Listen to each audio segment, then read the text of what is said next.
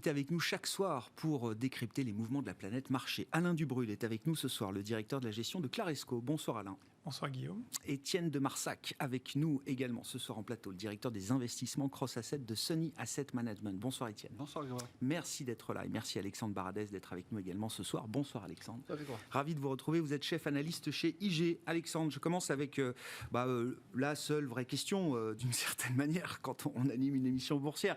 Est-ce que les prochains mois peuvent être pires que les 5 premiers mois de l'année 2022 ? Quand on regarde un peu les facteurs techniques de marché, alors que ce soit les niveaux de retracement qu'on a pu atteindre sur les grands indices majeurs, que ce soit les niveaux de flux de décollecte qui s'accumulent depuis des semaines et des mois maintenant, que ce soit le niveau de sentiment également qui peut apparaître comme étant pessimiste, extrêmement pessimiste peut-être parfois. Est-ce que ça peut être encore pire ? Ça peut être pire parce qu'on a l'impression que le marché, alors je dis ça peut, pas dans des proportions délirantes, mais ça peut en tout cas continuer à se dégrader de manière un peu régulière, le temps d'arriver à former un creux un peu plus palpable et peut-être un creux plus large en fait, pas forcément des rebonds en V ou des effondrements à temps, mais des choses plus consolidantes finalement, des rebonds de 10%, on en lâche 2 tiers, puis on repart. On a l'impression que le marché désormais, sa cible, ça va être déterminer à quel moment la Fed va pivoter, et que tant qu'on n'a pas ce pivot, eh bien on continuera de jouer finalement l'aspect normalisation dans une banque centrale américaine où les faucons sont beaucoup plus audibles depuis quelques temps. Et le dernier d'entre eux, on aura James Bullard dans quelques instants qui va s'exprimer, mais en début de semaine, un autre faucon, dont j'ai oublié le nom, peut-être Georges ou Mester, a expliqué qu'elle ne voyait pas l'intérêt, enfin ne voyait pas pour l'instant de scénario où il y aurait moins de 50 points de base d'hausse de taux à chaque réunion, jusqu'à ce que l'inflation, et pas les anticipations, jusqu'à ce que l'inflation retombe à 2%. Donc là, le schéma pour l'instant, c'est dose de taux de 50 points de base, et puis après on verra. Entendre certains faucons parler de 50 points de base à chaque réunion jusqu'à ce qu'on atteigne 2% d'inflation, c'est quelque chose d'un peu plus musclé que le marché n'a pas forcément encore intégré. Donc, une réaction typique de ce mouvement de marché, c'est aujourd'hui après l'ISM par exemple. Ouais. Très bon ISM, encore une expansion, donc même meilleur que le mois précédent. 56. Malgré tout ce qui se passe d'un point de vue logistique ou autre, qui ne tenait pas encore compte des déconfinements de la Chine qui arriveront en termes d'effet un peu plus tard. Pour autant, on a des indices qui partent à la baisse. Pourquoi ? Moi je pense parce que la composante de prix, donc la partie prix payé, reste toujours à 84. Donc le niveau de contraction, c'est 50. Donc 84, c'est stratosphérique. C'est proche des records historiques. Et donc, ça montre quoi ? Ça montre que la pression sur les prix, elle ne retombe pas. Donc, le marché, pour l'instant, regarde la macro, mais la regarde toujours sous le prisme prix. Et on a vu que les taux ont réagi à cette donnée, alors que... donc, les taux ne montent pas pour dire c'est une donnée meilleure qu'attendue. Donc, on salue ça. Ça monte parce que ça veut dire que la Fed va continuer à appuyer sur le champignon. Mais à la fois, l'ISM est un peu particulier. Parce que si on regarde quand même la macro américaine, ces 3-4 dernières semaines, les données qui tombent plus souvent sous le consensus. On le voit avec des indices de surprise économique qui se dégradent. Et donc, on a le sentiment que le marché met aussi le doigt là, sur la macro et se dit, bon, les earnings, il faut attendre juillet pour savoir ce qu'il en est. On voit que la macro américaine est moins bonne que le consensus de manière globale depuis 4 semaines. Donc, il y a d'un côté la pression de la Fed, la macro qui n'est pas aussi bonne qu'on pourrait espérer côté US, même si l'ISM est bon aujourd'hui, mais sur l'immobilier, sur pas mal de données comme ça, c'était plutôt en dessous des attentes. Et à la fois, on sait que ça fait partie du process recherché par la Fed. Bien sûr. C'est bien ce que la Fed voulait faire, calmer les poches de surchauffe, l'immobilier en faisait partie, mais sauf qu'on voit des mouvements peut-être un peu brutaux. Le dernier chiffre de vente de logements neufs aux États-Unis, c'est un des plus mauvais chiffres mensuels qu'on a eu depuis pas mal de temps. Donc, je pense que le marché est conscient que l'économie ralentit. Il est conscient que ça va exercer à terme une pression à la baisse sur les prix.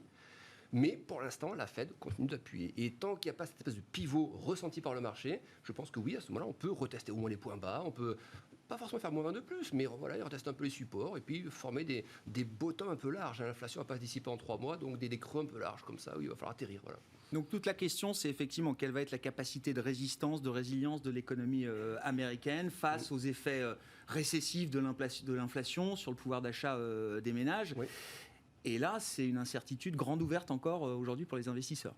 Oui, parce que on voit que des multiples de valorisation, il faut envie d'un point de vue historique. On était sur les bénéfices donc exprimés déjà. On était à 35 fois les bénéfices il y a seulement un an. 35 fois les bénéfices. On est à 18 fois les bénéfices aujourd'hui. Donc divisé quasiment par 2 en 12 mois. C'est spectaculaire. Donc on pourrait se dire, génial, 18 fois les bénéfices exprimés, c'est ce qu'on avait par exemple en 2014. Ce qu'on avait en 2016. Donc, c'est des niveaux parfaitement d'un point de vue cohérent et historique et qui, du coup, par rapport à la progression des bénéfices qu'on a connus depuis, sont tout à fait normaux. Mais si le marché, dans sa tête, se dit, bon, la macro américaine, puis la Fed qui va un peu trop loin, en gros, est-ce que le Biden est prêt à accepter une récession de l'économie pour lutter contre les prix ? Et c'est un peu le sentiment qui ressort, je pense, dans le marché. C'est qu'on est prêt à s'auto-générer une récession parce que ce sera ça, entre deux mots, on va choisir la récession court terme pour lutter contre l'inflation plutôt que de laisser l'inflation filer. Et donc ça veut dire que les valos peuvent encore tomber à 17 ou 16 fois les bénéfices. Il faut rappeler que, et je m'arrête là-dessus, post-crise subprime, 2012, 2013, 2014, on avait des multiples qui étaient entre 12 et 15 fois les bénéfices. Donc on a connu ça sur les marchés américains. C'est pas anormal de retomber à ce niveau-là. Donc on pourrait très bien aller à 16 fois les bénéfices ou 15 fois les bénéfices. Ce ne sera pas une catastrophe, mais ça veut dire S&P un peu plus bas, Nasdaq un peu plus bas. Voilà. C'est un peu mon sentiment. Bon, c'est la discussion qu'on a depuis quelques temps déjà, Étienne, mais effectivement, il y a cet espoir dans le marché qu'à un moment, les priorités de la Réserve fédérale américaine pourraient être amenées à évoluer entre l'inflation qui est la priorité, la seule absolue aujourd'hui, l'emploi, la croissance, l'emploi maximum, et puis aussi la situation des marchés.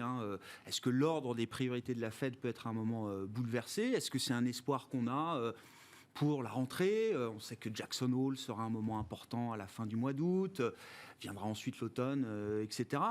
Qu'est-ce que vous dites par rapport à cet espoir en l'occurrence? Moi, je pense que cet espoir, c'est un biais cognitif. Qui repose sur la manière dont la Fed a pivoté entre 2016 et 2018 suite à l'augmentation des conditions financières. Et tout le monde, du moins dans la communauté des gérants ou des analystes, attend ce moment avec impatience puisqu'il s'est déjà produit dans le passé et il s'est d'ailleurs produit dans le cycle de hausse de taux le plus récent. De mon point de vue, c'est un biais puisque même si l'histoire se répète ou rime régulièrement, elle se répète jamais. Et me semble-t-il, ce qu'on doit plutôt être en droit d'anticiper, c'est un softening, un adoucissement, une modulation du discours hawkish des banques centrales des pays développés plutôt qu'un pivotement total et un retour au régime d'avant. Je pense qu'il n'y aura pas de régime d'avant à court terme, ni même à moyen terme, tant qu'on n'a pas retrouvé des niveaux d'inflation dans les pays développés qui sont homogènes, compatibles avec le niveau de croissance potentielle globale. Donc ça veut dire une croissance et une inflation de l'ordre de 2%, en tout cas une croissance durable de 2%. Donc anticiper dès à présent un pivot de la Fed alors que l'inflation est toujours en Europe ou aux US autour de 10%, il ne faut pas se mentir, on est entre 8 et 10, c'est-à-dire qu'on est à des niveaux d'inflation qui sont ceux d'un pays émergent, c'est ceux du Brésil, et donc les USA se rapprochent de plus en plus d'un comportement du type brésilien que d'un comportement du type pays développés, eh bien, attendre ce retournement me paraît bien audacieux. Au-delà de ça, on rentre dans un univers qui est effectivement assez compliqué à gérer, puisqu'on a une désynchronisation des banques centrales, la Fed qui appuie sur le frein et la Chine qui appuie sur l'accélérateur, et ces deux logiques sont amenées à rentrer en confrontation. Il y a une route de collision entre les deux, dans le sens que la relance chinoise, une relance plein pot, multicylindre, relance monétaire, relance budgétaire, relance fiscale, relance du crédit, etc., va rentrer en collision avec l'objectif du FOMC, de la Fed, de ralentir l'économie, de ralentir le consommateur américain, de ralentir les prix. Et on sait bien que la croissance chinoise est extrêmement gourmande en commodities, en matières premières, et que l'inflation aux USA ou en Europe est essentiellement une inflation importée par les prix des matières premières. La relance chinoise, au passage, non mais c'est intéressant, dans la mécanique de relance chinoise, on peut imaginer que cet effort de reprise, c'est la réouverture de l'économie chinoise et c'est donc aussi l'apaisement sur un certain nombre de goulots d'étranglement qui sont d'ailleurs peut-être déjà en train de s'apaiser un petit peu si on écoute des patrons de semi-conducteurs, des patrons de groupes automobiles. Et ça, c'est quand même plutôt une pression à la baisse sur les prix des produits et des biens importés par les États-Unis depuis la Chine. C'est vrai. Il y a aussi cet effet-là. Non, mais il y a cet effet-là, et c'est indéniable. Et donc, ça rend, si vous voulez, la lecture de l'inflation future hyper complexe. Après, l'inflation, c'est pas uniquement, en effet, les produits importés. C'est l'inflation par la demande aux US. C'est l'inflation liée aux chaînes d'approvisionnement en Russie, en Ukraine, etc., qui, elles, ne vont pas se résorber à court terme. Et puis, c'est enfin l'impact de la transition énergétique, et notamment des investissements que vont faire les Européens, 2% du PIB, tous les ans, en matière de transition, également en politique de défense. Et tout ça va alimenter cette pression sur les prix que l'on vit en ce moment. Et donc, me semble-t-il que même si on peut espérer un adoucissement du vocabulaire du FOMC, dans les actes, qu'on est déjà en train de prévoir, qu'on est déjà en train d'ailleurs un petit peu de sentir, notamment au passage grâce à ce 0,3 de CPI months over months qui est venu comme une fleur au milieu de ce beau printemps. Ça, c'est l'inflation d'un mois sur l'autre aux États-Unis pour le mois d'avril. Exactement. On est passé de 1 en début d'année sur un mois à 0,3. Donc le marché pousse un ouf de soulagement et se dit « the job is done » de la part de la Fed. Mais je crois que moi, ce n'est pas du tout le cas et les taux vont plus haut que 3%. Pour éclairer votre pensée, Étienne, je suis désolé, c'est un peu la question boule de cristal, mais le taux terminal du cycle de resserrement de la Réserve fédérale américaine, vous arrivez à le situer quelque part ? Il est au-dessus du taux neutre, déjà, et il est probablement... Donc taux neutre qui est estimé de 40, de 50 ? Exactement. Voilà, c'est ça. Donc ça veut dire au minimum 3%. D'accord. Néanmoins, si on prend par exemple la référence à Volcker, Volcker qui est dans la bouche de Jérôme Powell tout le temps dès qu'il s'adresse au Congrès, Volcker a remonté l'inflation, donc 1000 BP au-dessus a remonté les taux 1000 BP au-dessus de l'inflation. L'inflation est à 10, il la remonte à 20. Pourquoi ? Parce qu'une fois que le cheval est lancé, et c'est extrêmement difficile de faire re-rentrer le génie dans la bouteille. Et ça veut dire quoi ? Ça veut dire que les prix répondent à la contraction de la demande de manière non linéaire. Quand vous baissez la demande de 1, les prix ne baissent pas de 1. Donc il faut baisser la demande de bien plus et donc remonter les taux bien au-delà probablement du niveau d'inflation.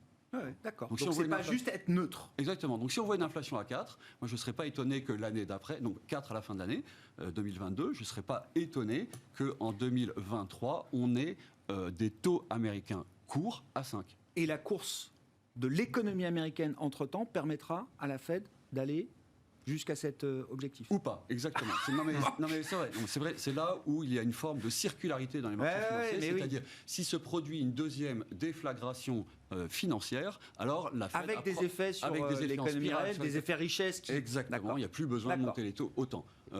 Pour le moment, c'est quoi ? C'est du 50-50, ces deux idées ou... je pense qu'on va arriver à un moment entre maintenant, avec le quantitative tightening, et la fin de l'année, où les 100 milliards de réduction de la taille du bilan, que ça correspond en gros à 25 BP par mois de réduction, donc les 100 milliards vont avoir un effet sur la planète finance et va se produire une nouvelle salve de décompensation des prix financiers, quand bien même les prix ne sont pas très chers, mais ils peuvent rester encore moins chers. Et cette nouvelle déflagration permettra de réduire l'effet richesse du consommateur américain. Et donc là, peut-être... Donc d'une manière ou d'une autre, on y arrivera. Ah, exactement. Alain, vos commentaires, on a déjà beaucoup parlé, vos commentaires, et puis sur la situation de marché. J'aime bien aussi le prisme des entreprises, parce que c'est vrai que les taux de marge, pour l'instant, ont très bien tenu. Ça a été la conclusion des résultats du premier trimestre. La question se pose pour la suite. Voilà, alors ce qui ressort de tout ça, c'est que quand même l'économie, même si l'ISM aux US était encore assez bon, on a quand même des signes de ralentissement. Je crois qu'aujourd'hui, le débat n'est plus de savoir si l'économie ralentit, mais jusqu'où elle va aller.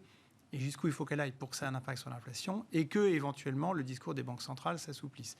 C'est vrai que la semaine dernière, on a eu un petit rayon de soleil parce qu'en Chine, on a commencé à déconfiner et que les minutes de la Fed suggéraient que peut-être, à partir de l'automne, les hausses de taux, on ne parle pas de les baisser, mais le rythme de hausse de taux sera un peu plus modéré.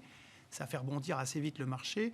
Maintenant, ce qu'on voit, c'est que quand même l'économie continue de décélérer.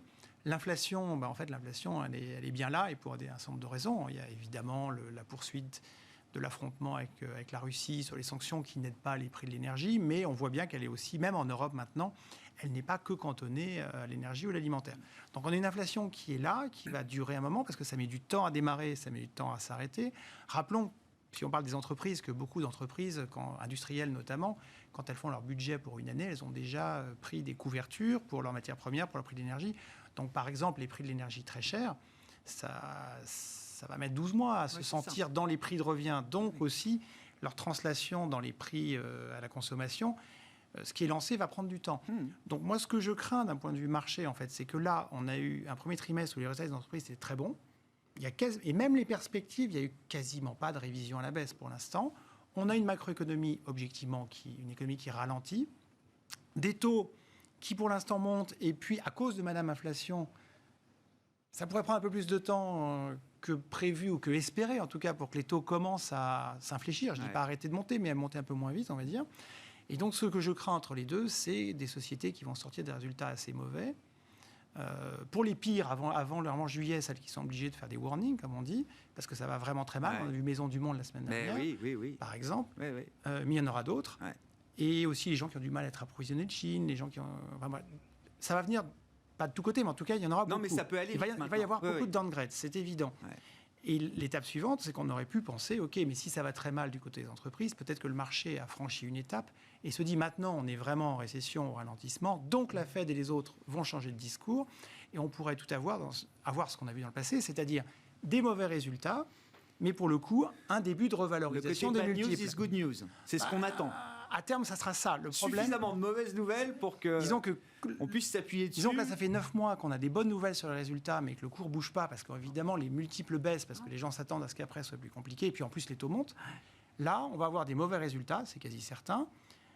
Le problème, c'est que le put Fed, il sera peut-être pas encore là, parce que comme Madame Inflation va encore faire des siennes, et c'est ce qu'on voit là depuis 2 jours, le marché, il n'arrive plus à remonter, Non. parce qu'on se rend compte que l'inflation est toujours là. 4 séances de hausse et L'inflation est On là, calme. donc les taux, c'est pas terminé, même si on sent bien que les banques centrales voudront un jour calmer le jeu, mais c'est pas le cas. Et donc, ce que je crains, c'est cet été, c'est qu'on ait un mix de mauvais résultats et en même temps un cocktail taux qui reste assez hard et finalement des multiples d'évaluation qui seront, vous disiez même, qui pourraient encore baisser de 2-3 points.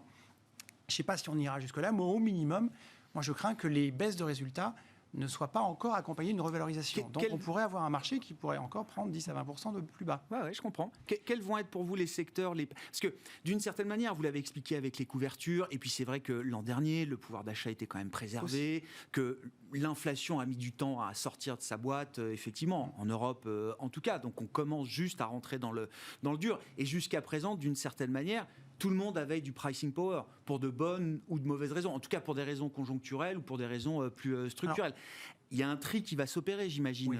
Aux États-Unis, on peut argumenter que le bas de laine est un petit peu épuisé, même si l'emploi est très facile et qu'ils ont des bons salaires. Mais en Europe, je pense que, notamment en France, les gens, enfin, pas toutes les catégories, mais il y a encore de la réserve. Le problème, c'est que... Donc il y a encore une facilité pour les entreprises les gens ont les moyens, à passer des prix. Oui et non, parce même que celles qui n'ont pas vraiment de pricing il n'y a power. pas seulement le fait de se lâcher en dépensant son argent, il y a le fait aussi que dans la conjoncture actuelle, face à l'inflation, face aux incertitudes diverses, le taux d'épargne va augmenter. C'est que les gens ont l'argent, mais ne le dépensent plus, tout simplement, parce les comportements sont en train de changer.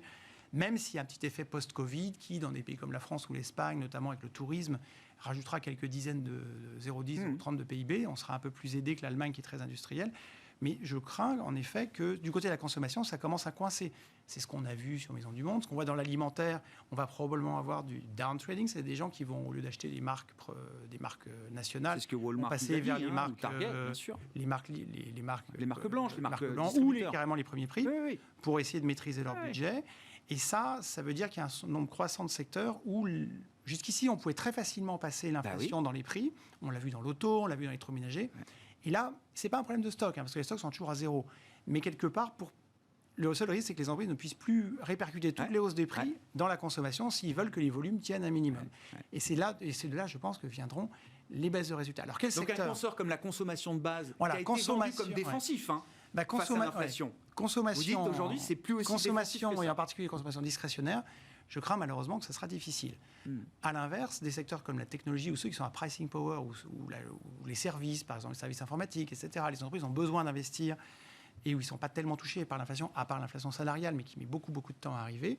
Je pense que ces secteurs-là seront un peu plus préservés. C'est ce que disait Salesforce. Eux, ils n'ont rien senti parce qu'en fait, ils fournissent des services qui n'ont pas d'inflation, à part l'inflation des salaires. Non. Donc de ce côté-là, même si on n'est pas en surcapacité dans le monde technologique d'une certaine manière. Côté des semi-conducteurs, on en est loin encore.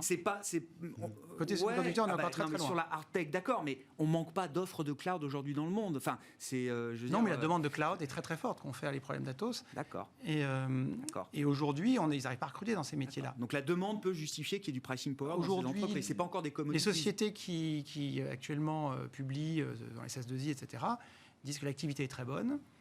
Le problème, c'est de toujours recruter des gens et de contenir l'inflation salariale. Dans ce côté-là, il n'y a pas trop de difficultés. Et je dirais en termes de secteur, alors que jusqu'ici, c'est la technologie qui a beaucoup souffert, non pas parce qu'elle a de mauvais résultats, mais parce que les multiples ont dégonflé. Je pense qu'ils ont suffisamment dégonflé maintenant. Et je pense qu'au contraire, c'est plutôt des activités qui vont... Comme c'est plus un problème de multiples, mais un problème de résultats, ceux qui vont souffrir sont ceux dont les résultats vont souffrir. Or, les boîtes de qualité devraient plutôt être résilientes sur les résultats. Les multiples ont suffisamment baissé, les taux montent mais plus autant qu'avant. Donc probablement la qualité ou la croissance devrait mieux résister que des valeurs cycliques ou des valeurs qui n'arrivent pas à passer les prix. Ouais. Commentaire, si vous le souhaitez, Alexandre, je voulais qu'on redise un mot des banques centrales et de la BCE notamment, qui se réunit la semaine prochaine. Pourquoi est-ce que la BCE ne montera pas ses taux la semaine prochaine, Alexandre ? Quand on regarde les anticipations d'inflation en zone euro, anticipations moyen terme, elles ne sont pas délirantes en fait. On était monté, je crois, à 2,40, 2,50, on est à 2,10 au moment où on se parle. Donc on est toujours proche de ce fameux 2%. Alors on était très très longtemps en dessous, effectivement. C'est pour ça que la BCE ne se pressait pas auparavant. Maintenant, ça chauffe un peu plus. Mais ce qui est marrant, c'est que malgré l'inflation très chaude à court terme, le marché, même sur un horizon de 5 ans dans 5 ans, ce qui n'est pas non plus un horizon spectaculaire, croit toujours, est confiant sur le fait que malgré le rythme actuel de la BCE, on n'est pas une poussée inflationniste qui aille sur plusieurs années. Donc je pense que la BCE regarde ça quand même, ces questions d'anticipation, ces swaps d'inflation qui sont un peu un repère.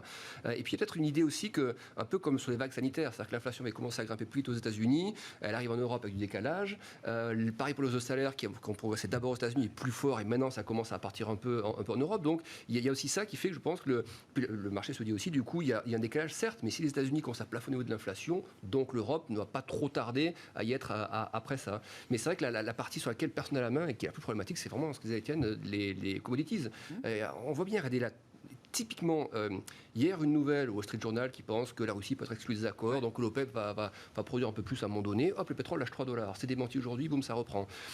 Et les taux bougent dans la foulée. Voilà, donc on voit bien la sensibilité très très forte des taux à cette question des commodities. Et vous regardez les anticipations d'inflation et les courbes de commodities, métaux, agriculture, énergie, depuis le choc Covid, c'est très bien épousé. Donc ça passera par la commodities. Donc, comment on refroidit ça ?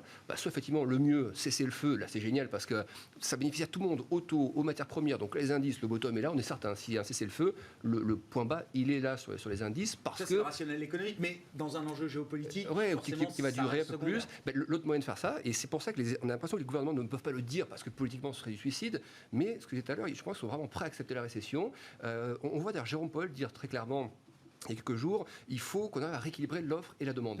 Donc, il considère qu'il y a trop de demandes. Donc, pour qu'il y ait moins de demandes, effectivement, il faut que l'effet richesse diminue, plus aucune question d'aide ou choses supplémentaires. Et en plus, on a un marché du travail qui est tellement tendu qu'on peut se permettre, en fait, d'avoir une récession. Ça plafonnera du coup un petit peu l'emploi à un moment donné, ça le dégradera un petit peu, mais il y a tellement de force dans ce marché de l'emploi qu'on peut effectivement, pourquoi pas, pourquoi pas même 3 trimestres de récession, et puis si ça fait que ça... Voilà. Donc on a l'impression que c'est acté, c'est moralement acté par les responsables politiques, aussi bien en Europe qu'aux États-Unis. Donc voilà, je ne serais pas étonné effectivement qu'il n'y ait pas de point de vue politique, de discours particulier, qu'on ne s'étonnera pas si l'économie ralentit, il faudra expliquer un peu pourquoi, ou noyer un peu ça dans d'autres choses, mais il y a une volonté, je pense vraiment dans les pays occidentaux, d'acter une récession parce que c'est entre deux mots, on va faire ce qui est le plus simple à faire et qui pèsera de manière un peu en collatéral sur l'inflation. Et donc la BCE ne montera pas ses taux la semaine prochaine ? Pas encore. Ce serait étonnant, mais c'est vrai qu'on voit que les faucons de la BCE, encore une fois, ils sont plus légitimes aujourd'hui, les faucons. Mais ça qui est marrant, c'est que Weidmann, qui est un faucon pendant des années, il s'est toujours fait bâcher par les autres. Et voilà, parce qu'au moment où il commençait à avoir raison. Pour lui. Et aujourd'hui, c'est les Knot, c'est les Holtzman et autres qui ont l'oreille des marchés un peu plus fortement. Et à la fois, ils ont l'oreille, oui, non, regardez l'eurodoll par exemple. Il n'a pas suragi. Il a un peu rebondi, tant mieux, ça en respire un petit peu, mais il n'y a pas de suraction en Europe parce que tout le monde voit bien que c'est du côté US que ça se passe. Dès qu'il y a quelque chose là-bas, ça coupe les effets qu'on cherche à créer au niveau de la BCE, de remettre un petit peu d'euros plus fort pour limiter l'inflation importée. Donc la BCE n'a pas, je pense, trop d'urgence parce que je pense qu'elle est consciente, c'est un peu mon sentiment, que les mécanismes de baisse des prix viendront des États-Unis, du contexte mondial et qu'elle, c'est pas forcément que ces hausses de taux. Encore une fois, les hausses de salaires, vous l'avez très bien expliqué plusieurs fois, même sur Twitter, c'est vrai qu'il n'y a pas d'envolée des salaires. Ça suit, mais il n'y a pas du tout la même pression qu'aux États-Unis. Alors c'est très retardé, la série des salaires négociés, effectivement, c'est quand même un indicateur très retardé. Mais... Oui, mais comme le chômage est aussi un peu plus élevé en zone euro, il y a effectivement moins de chances d'imaginer que les salaires partent à 5-6% comme aux États-Unis. Donc c'est pour ça qu'elle a moins l'urgence de le faire quand même et qu'il y a peut-être moins s'inquiéter du coup d'une inflation forte en zone euro actuellement plutôt qu'aux États-Unis.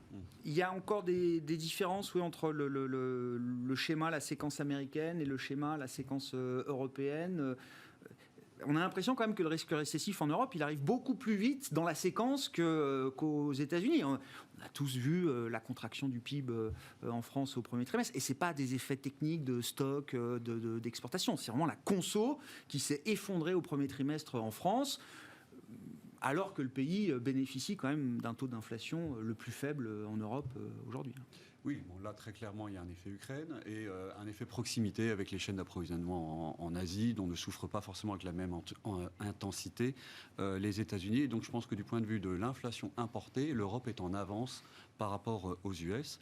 Néanmoins, comme les US ont dopé le consommateur, ils sont en retard dans leur cycle de hausse de taux, alors que la BCE prend son temps, et elle a raison, me semble-t-il. C'est une vieille dame qui prend son temps et qui joue la montre, parce qu'elle sait, elle voit, en effet, on a vu les chiffres de croissance en France, de croissance en Allemagne, en Italie, qui sont soit en train de flirter avec zéro, soit en contraction. Et donc, il n'y a pas forcément besoin de monter ces taux de manière agressive pour plonger l'économie dans la récession. Elle y va toute seule du fait de cette hausse de prix qui absorbe les marges des entreprises de manière assez mécanique. Donc, pourquoi la BCE ne va pas monter ses taux, puisque c'était votre question en juillet? Parce que non, en juin. Elle les montre en juillet. Elle ne le fait pas en juin. Si elle ne le fait pas la semaine prochaine, parce elle le fera en que juillet. les erreurs de politique monétaire de la BCE, c'est plutôt en juillet.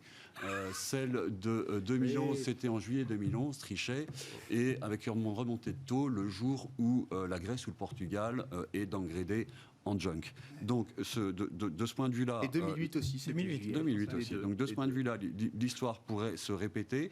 Et donc, je ne suis pas du tout favorable, en effet, à ce que les taux ne remontent trop vite en Europe, parce qu'il y a des effets qui vont venir mécaniquement temporiser, et parce qu'également, il ne faut pas générer une nouvelle séquence de crise de la dette. Crise de la dette à laquelle je ne crois pas, c'est vraiment quand même un élément, c'est très américain de croire que de nouveau, sous l'impact des hausses des taux, l'Union européenne va de nouveau se fragmenter. C'est un sujet... On l'a vécu quand même. On l'a vécu. Sauf qu'à l'époque, il n'y avait pas l'APP, il n'y avait pas donc, le programme d'achat de dette, il n'y avait pas l'OMT, il n'y avait pas le PEP, etc. Et la BCE avait mis énormément de temps à se décider avant de construire toute cette architecture qui aujourd'hui tient le coup. Et donc je pense que sur le sujet qui est éventuellement comment on gère la fragmentation, si jamais les taux devaient remonter, je pense que la BCE n'a pas d'autre choix que de segmenter.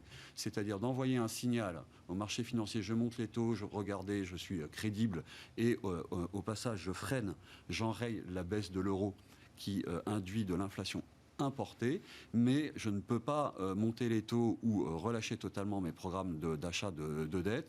Et donc, je pense que quelque part, il faut s'attendre à ce que, soit sous des LTRO, des TLTRO, donc ces programmes de prêt au système bancaire qui permettent aux banques d'acheter de la dette, soit via les programmes d'achat direct de dette par la BCE, ceux-ci-là seront maintenus, de sorte que l'effort de financement que la BCE doit faire, enfin l'Europe doit faire, pour la transition énergétique, pour l'Europe de la défense, qui est un programme de 2% de PIB par an, soit puisse être supporté par des charges financières qui ne soient pas trop élevées. Au passage, notons que dans les perspectives de la Commission européenne, du FMI, etc., il y a ce qu'on appelle un effet de multiplicateur fiscal. Et donc, schématiquement, qu'est-ce qu'on dit pour ce qui concerne la zone euro? On dit que quand on augmente la dette de 2% dans des programmes d'investissement tels que ceux dont on a parlé, alors la croissance augmente de 2% aussi. Et donc, au global, le ratio de dette sur PIB, lui, reste neutre, ne bouge pas. Et donc, la crise de la dette n'est pas vraiment un sujet.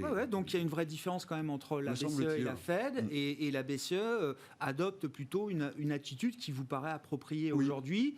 Et la BCE n'aura pas besoin de trop en faire pour rester crédible, quand la Fed devra peut-être en faire plus que ce qu'on imagine. Exactement, parce que la grande différence, c'est le choc d'inflation en Europe, il est importé, il n'est pas créé par un choc de demande. Bon, sur l'Europe, si vous avez des commentaires, Étienne, et puis peut-être quelques éléments aussi sur les entreprises. Je notais, et c'est vrai que depuis quelques jours, on voit pas mal de deals industriels qui sortent. Alors, on m'explique souvent c'est des deals qui étaient déjà prévus avant, peut-être, effectivement, mais néanmoins, on a quand même des deals. Alors, hier, c'était dans la chimie. Saint-Gobain fait une acquisition, c'est pas non plus l'acquisition du siècle, mais fait quand même une acquisition en Amérique du Nord. On a eu dans la tech, Broadcom, VMware. Il y a quand même des industriels, là, c'est pas des deals de financiers, c'est des vrais deals industriels qui estiment que c'est le bon moment, peut-être, qu'il y a des opportunités, peut-être même en termes de prix, de valorisation, pour grossir, consolider les positions.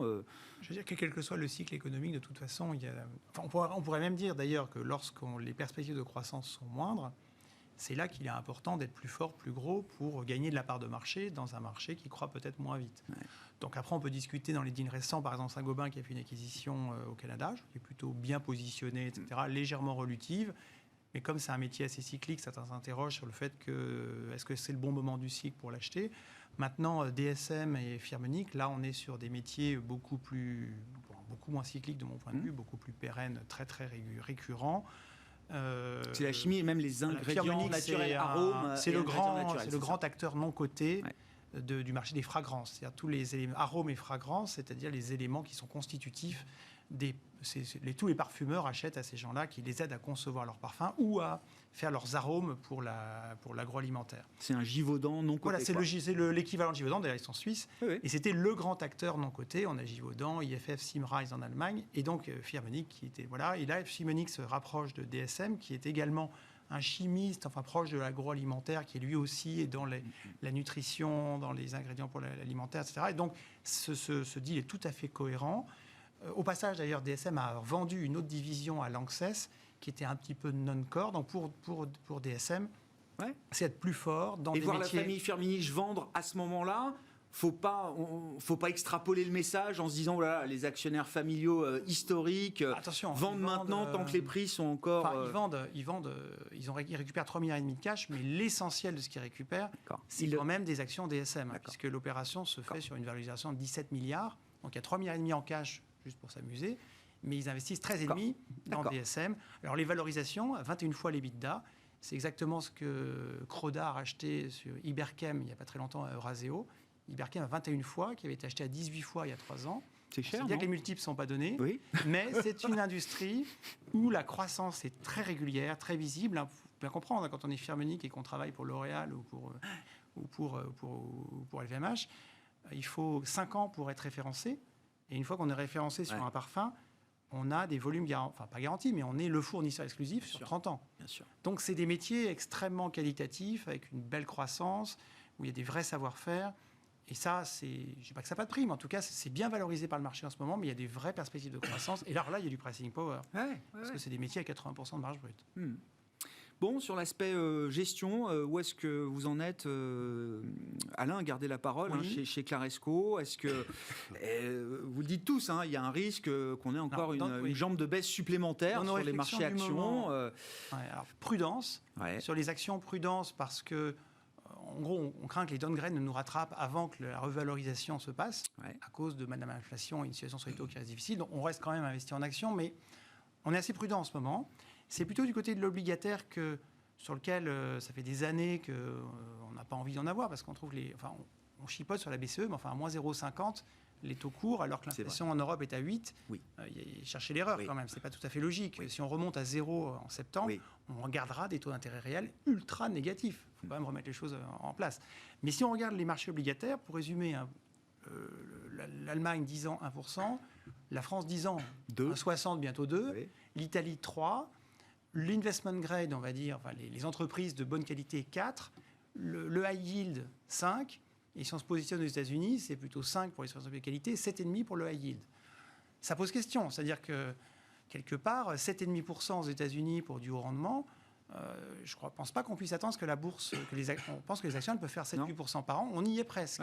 Même en cas de récession, c'est déjà un niveau de rendement confortable avec un matelas qui permet quand même de... Dès qu'on a l'impression que les taux vont se calmer, ça serait un moment... En tout cas, l'obligataire, on ne peut plus ignorer l'obligataire. Ça devient une vraie alternative. Maintenant, je le vois plus comme une alternative par rapport au cash que par rapport aux actions pour l'instant. Et attention à l'attrait du high yield, 5 en Europe, 7,5 aux États-Unis.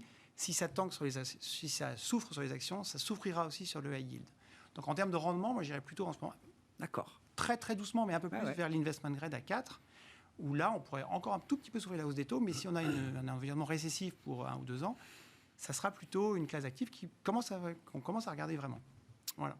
Qu'est-ce qu'on peut dire des tendances de marché là sur des horizons de quelques semaines, quelques mois? Il y a est-ce qu'on est encore parti pour une nouvelle rotation sectorielle? Est-ce que les secteurs forts, il en reste quelques-uns depuis le début de l'année, énergie, télécom, est-ce que c'est encore des secteurs sur lesquels on peut miser aujourd'hui? Télécom, oui, c'est vrai qu'il y a ce triptyque un peu central, là. Tout en haut c'est l'énergie, tout en bas c'est la tech, et au centre il y a la santé, il y a les télécoms, il y a utilities. On ne voit pas tellement à court terme pourquoi ces secteurs souffriraient, pourquoi il faut les sortir des portefeuilles. Donc ça, oui, ça pourrait toujours être même juste en rendement, même si on regarde 12 mois de plus. Donc ça me paraît être intéressant.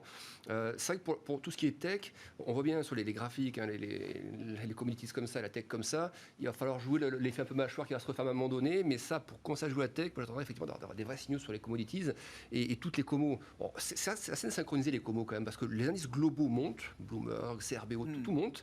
Mais il y a parfois des phases où on peut, le blé par exemple, rebaisse un petit peu depuis quelques jours. Donc ce qu'il faudrait, c'est qu'on assiste à ça de manière vraiment corrélée, des métaux, de l'énergie et des comos. Et là, effectivement, une baisse un peu prononcée pendant 2-3 semaines. Et si on voit la tech repartir, là, effectivement, ça sentira un peu meilleur pour commencer là-dessus. Sans forcément attendre d'ailleurs le pivot de la Fed. Si ça commence déjà à bouger un peu sur les comos, ce sera annonciateur du pivot à venir de la Fed à un moment donné. Donc il faudra attendre des signaux comme ça un peu plus clairs. Après, il y a quand même la thématique émergente, je trouve, qui peut être intéressante parce que le dollar, c'est un cycle long de hausse depuis presque 2 ans maintenant, un cycle de hausse qui avait commencé d'ailleurs avant tout ce qui est géopolitique, avant que la Fed cesse le ton, donc il y avait déjà un petit pour le dollar avant. Ça peut tirer les émergents à la baisse. Je pense quand même que le cycle dollar est quand même pas mal avancé maintenant. Je ne dis pas qu'il n'y aura pas la petite vague supplémentaire qui va faire que les marchés actions ont lâché, mais au moins 2 tiers à 3 quarts du dollar, je pense, a été consommé. Donc les émergents, c'est peut-être pas le moment pour commencer à en remettre un petit peu. Et puis la Chine, c'est vrai qu'il y a eu des calls, là, je crois à Mundi qui a fait un call là-dessus aussi. Bon, la Chine, il faut la relance. Étienne a bien dit, à tous les étages, c'est du localisé sur Shanghai, c'est du national au niveau des baisses d'impôts, etc. J'ai vu d'ailleurs passer un chiffre qui m'a surpris, c'est la plus forte année anticipée de baisse d'impôts en Chine, plus forte que 2020 par exemple. Donc le soutien est là. On voit que c'est une info d'aujourd'hui qu'apparemment il y aurait 120 milliards de plus accordés aux banques stratégiques pour aller sur de la construction des infrastructures. Donc on voit bien que la Chine ne veut plus sa baisse. Voilà, la Chine, ça y est, ça commence à... Donc bon, c'est vrai qu'après 70% de baisse sur la tech chinoise, après 30% de baisse sur les grosses indices chinois, 30 à 40 même, peut-être un moment, et je pense qu'en plus c'est un pari qu'on peut faire en disant que la géopolitique peut s'améliorer, mais je pense que quand la géopolitique, même s'il y a ne serait-ce qu'une discussion qui reprend il y a un lien qui est fait, je pense, par les investisseurs entre ce qui s'est passé en Russie et le lien avec la Chine, cette proximité. Donc toute petite détente sur la géopolitique, je pense qu'il y aura des effets décuplés sur la Chine parce qu'il y aura tout l'aspect fiscal plus géopolitique, et là il y aura vraiment un coup d'accélération, un coup de levier qui serait intéressant. Donc je pense que pour la Chine, sans vouloir être trop pressé, mais les niveaux actuels, même les valos d'Tencent à 14 fois les bénéfices. C'est la tech chinoise qui a le plus rebondi la semaine dernière, par exemple. Oui, et qui d'ailleurs n'a pas forcément le Nasdaq un peu suivi, mais il ne faut pas, je pense, regarder sur les corrélations. C'est bien de la regarder, justement, si on voit que ça se stabilise, que le Nasdaq baisse toujours, ça, si c'est une résilience. Ce genre de divergence, c'est pas mauvais quand ça commence à apparaître. Pour la tech chinoise, en tout cas. Étienne, alors avec votre gestion flexible diversifiée, là, Sony M, vous faites plus 8 depuis le début de l'année, c'est ça? Bon, évidemment, c'est excellent. C'est pas mal. Comment vous comptez faire encore plus 8 là, sur les 5 ou 6 prochains mois? C'est quoi la stratégie?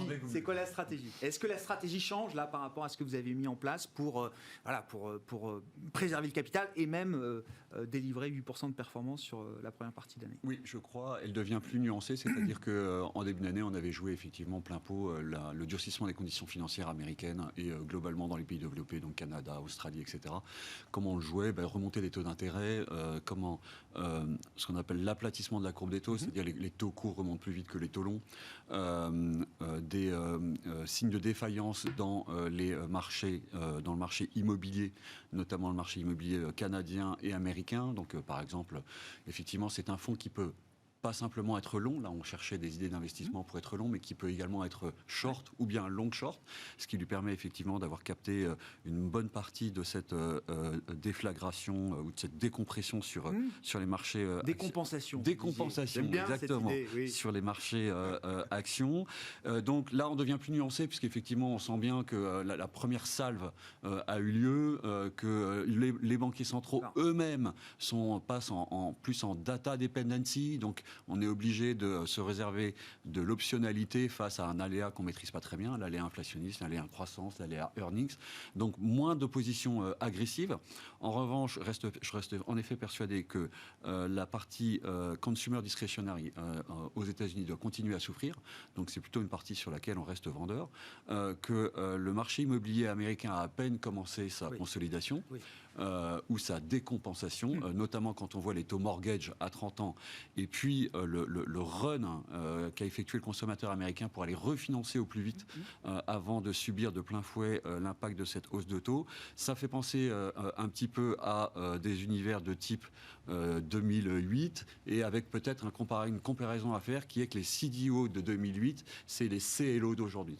Bon, oui, mais on n'a plus le temps d'expliquer les CDO et les CLO, mais voilà. C'est pas grave. Mais on retrouve, si vous pas voulez, acheteur du marché immobilier américain aujourd'hui. La dette hypothécaire américaine se retrouve un peu partout, y compris dans les fonds à travers actions types de produits financiers. Exactement. D'accord. Et donc là, on a une capacité d'engrenage ou d'effet dominant. Bon, donc oui, toujours prudent, baissier négatif, mais moins agressif. Mais moins agressif, exactement. Et avec un biais long marché émergent qui a été très bien défendu par Alexandre. Ben voilà, merci beaucoup messieurs, on s'arrêtera là pour ce soir. Merci d'avoir été avec nous les invités de Planète Marché, Étienne de Marsac, directeur des investissements Cross Asset de Sony AM, Alain Dubrul, directeur de la gestion de Claresco et Alexandre Baradez, chef analyste chez IG.